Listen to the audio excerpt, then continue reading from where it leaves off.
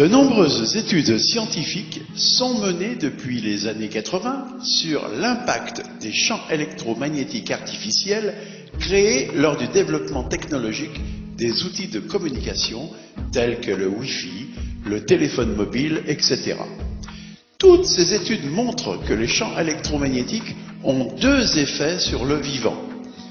Premièrement, un effet thermique, c'est-à-dire l'augmentation de la température des tissus soumis à un rayonnement électromagnétique. C'est en effet le principe du four à micro-ondes. C'est dire qu'il est très imprudent d'utiliser le téléphone mobile trop souvent et au contact direct de la tête, surtout chez les enfants qui ont une boîte crânienne plus petite et moins épaisse. L'autre effet, beaucoup moins connu, est une influence sur la biologie. Si l'on sait que les champs électromagnétiques ne sont pas un poison mortel violent à court terme, on ignore totalement avec certitude l'impact sur la santé à long terme. De très récentes études démontreraient un lien de causalité entre les ondes de la 4G et l'intolérance au gluten. D'autres chercheurs signalent l'augmentation du nombre de gliomes, c'est un cancer du cerveau, chez les adolescents qui dorment sur leur téléphone, ainsi que l'augmentation du cancer des testicules chez ceux qui le gardent dans leur poche avant toute la journée.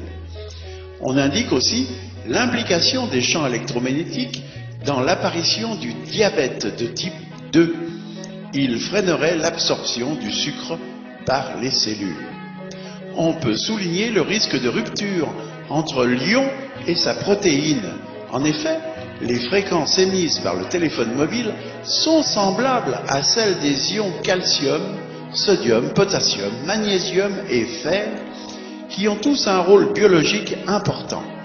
Cette influence peut impacter de nombreux systèmes vitaux comme le système nerveux, le système musculaire, digestif, etc.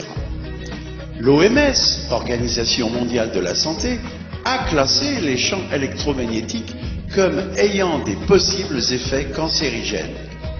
Les assureurs se désengagent des risques supposés et même les fabricants de téléphones préviennent leurs actionnaires des retombées judiciaires possibles dans l'avenir.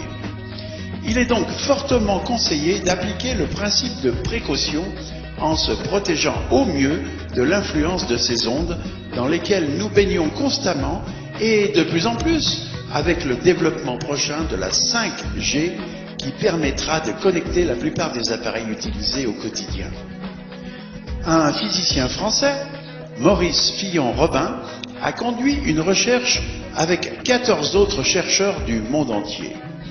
Ensemble, ils ont mis au point une technologie de compensation des effets des champs électromagnétiques sur notre biologie.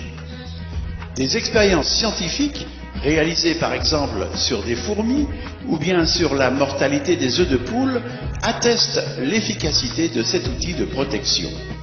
Chez l'homme, on a pu mesurer l'inflammation tissulaire, la souffrance cellulaire et le stress biologique avec un marqueur, l'oxyde nitrique présent dans l'expiration sur des personnes avec et sans la protection Cinerwave.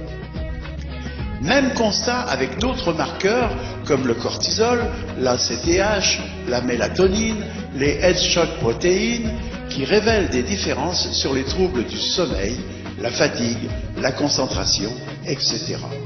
Le professeur Clément Kroon a ainsi montré que 35% des symptômes de stress disparaissent chez les utilisateurs d'écrans d'ordinateur lorsqu'ils bénéficient de la protection Cinerwave.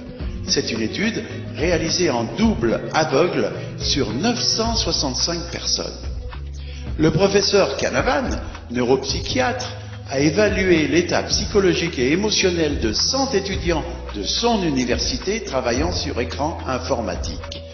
Les niveaux de motivation et de sérénité ont augmenté de 166% chez les étudiants protégés par Cinerwave.